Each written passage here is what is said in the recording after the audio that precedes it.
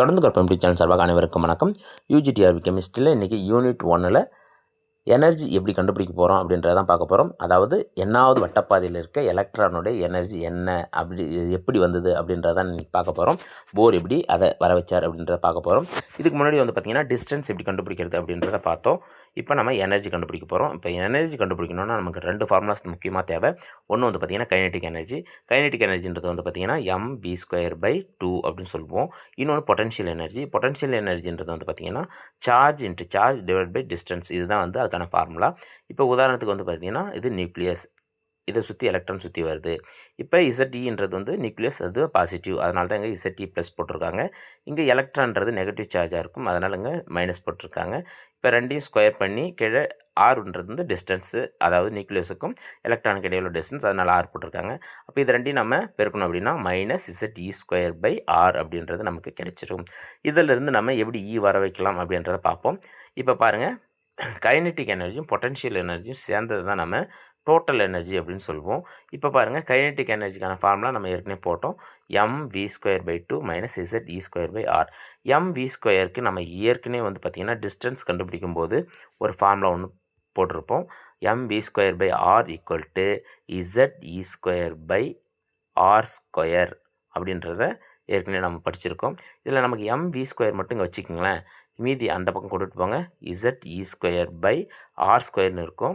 இந்த கீழே இருக்கிற ஆர் இந்த பக்கம் போகும்போது மேலே போயிடும். இந்த ஆருக்கு ஒரு ஆரை கேன்சல் பண்ணிடலாம். அப்போ mv² என்ன வருது பாருங்கள், ZE²/r அப்படின்றது வந்துடுது. அப்போ mv² பார்த்திங்கன்னா ZE²/r.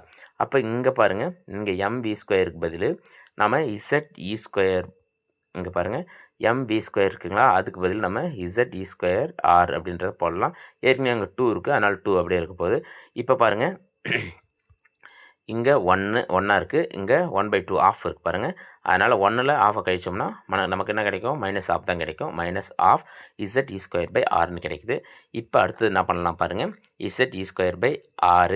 இப்போ ஆரோட வேல்யூ தூக்கின்னு போயிட்டு நம்ம இங்கே போடணும். ஆரோட வேல்யூ நமக்கு தெரியும், n²h²/4π² ZME². இதுதான் ஆரோட வேல்யூ. இந்த ஆரோட வேல்யூ தூக்கிட்டு போயிட்டு இங்கே நம்ம அப்ளை பண்ணோம் அப்படின்னா கீழே n²h²ன்னு நமக்கு கீழே இருக்கும். அந்த 4π² ZME²ன்றது மேலே போயிடும். இப்போ பாருங்கள், ZEயும் நம்ம மல்டிப்ளை பண்ணிக்கலாம், Z² ஆகிடும். 4π² அப்படியே வச்சுக்கலாம். இங்கே E², E4 மாறிடும்.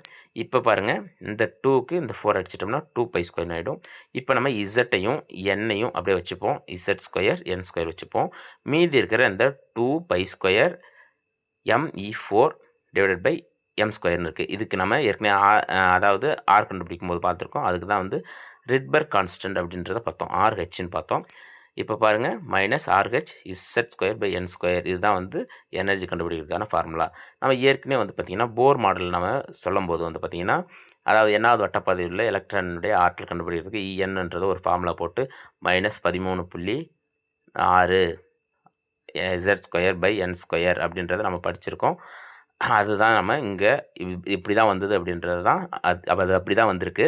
இப்போ பாருங்கள், நீங்கள் அடுத்ததாக வந்து பார்த்திங்கன்னா இந்த ரிட்பர்க் கான்ஸ்டன்ட் வந்து பார்த்திங்கன்னா சென்டிமீட்டர்ஸில் சொல்லும்போது 1096/77 சொல்லலாம். அதே வந்து எலக்ட்ரான் வோல்ட்டில் சொல்லும்போது 13.6.